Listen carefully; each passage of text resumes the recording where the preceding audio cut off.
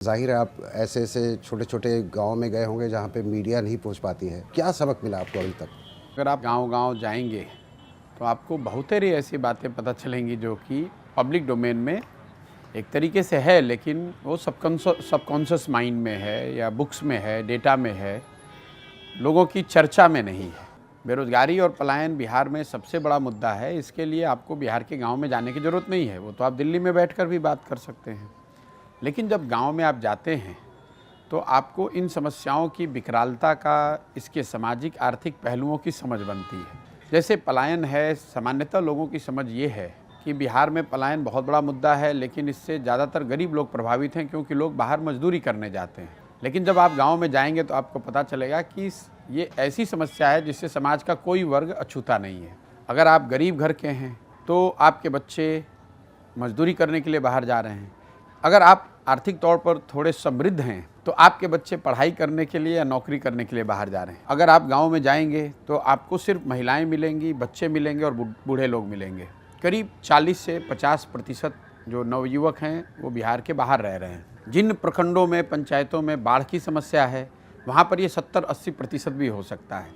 पलायन यहाँ के जीवन की सच्चाई बन गई है। इसका सामाजिक पहलू ये है कि लोगों के मन से धीरे धीरे, चूँकि इतने लंबे समय से पलायन इतना बड़ा मुद्दा रहा है, परिवार की जो संकल्पना है वही खत्म हो गई है। शायद ही कोई गांव में आपको ऐसा घर मिलेगा जिसमें ये 3 पीढ़ियों के लोग साथ में रह रहे हों। जो बेरोजगारी है वो बेरोजगारी सिर्फ यहाँ पर उन लोगों की समस्या नहीं जो युवा है या जो गरीब है। जो यहाँ समृद्ध लोग हैं, जो किसान हैं, जिनके पास कुछ ज़मीन है, कुछ छोटे मोटे व्यवसाय हैं, वो भी नौकरियों के लिए, अपने बच्चों के नौकरियों के लिए उतने ही परेशान हैं।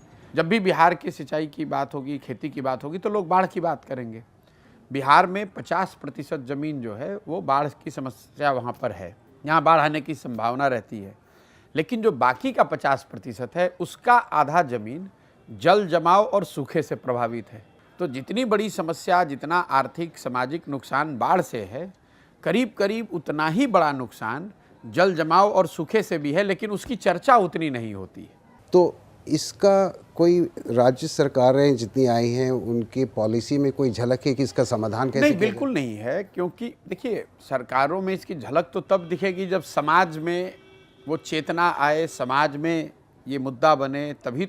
देखिए, राजनीतिक मुद्दा तो वही बनता है जो समाज में मुद्दा होता है। समाज में एक तरीके से इस बात की स्वीकार्यता हो गई है कि जो हमारा बच्चा बड़ा होगा, जवान होगा, तो वो बाहर नौकरी करने जाएगा, और लोगों ने उसको अपने जीवन की सच्चाई मान ली है। इसलिए यहाँ बहुत सबसे बड़ा मुद्दा होते हुए भी ये कभी राजनीतिक मुद्दा नहीं है, जबकि ये बहुत बड़ा ब्रेन ड्रेन है। सिर्फ ब्रेन ड्रेन नहीं है।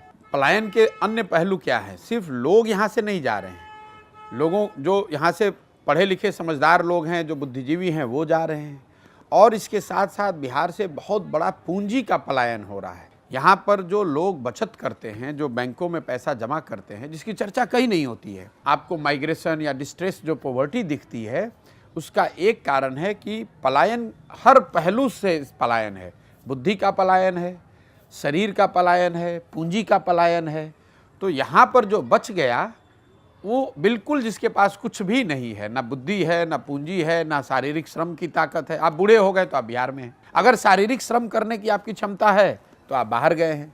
अगर आपके पास पढ़ाई की क्षमता है तो आप बाहर गए हैं। अगर आपके पास पैसा है बिजनेस व्यापार करने के लिए तो आप बाहर गए हैं।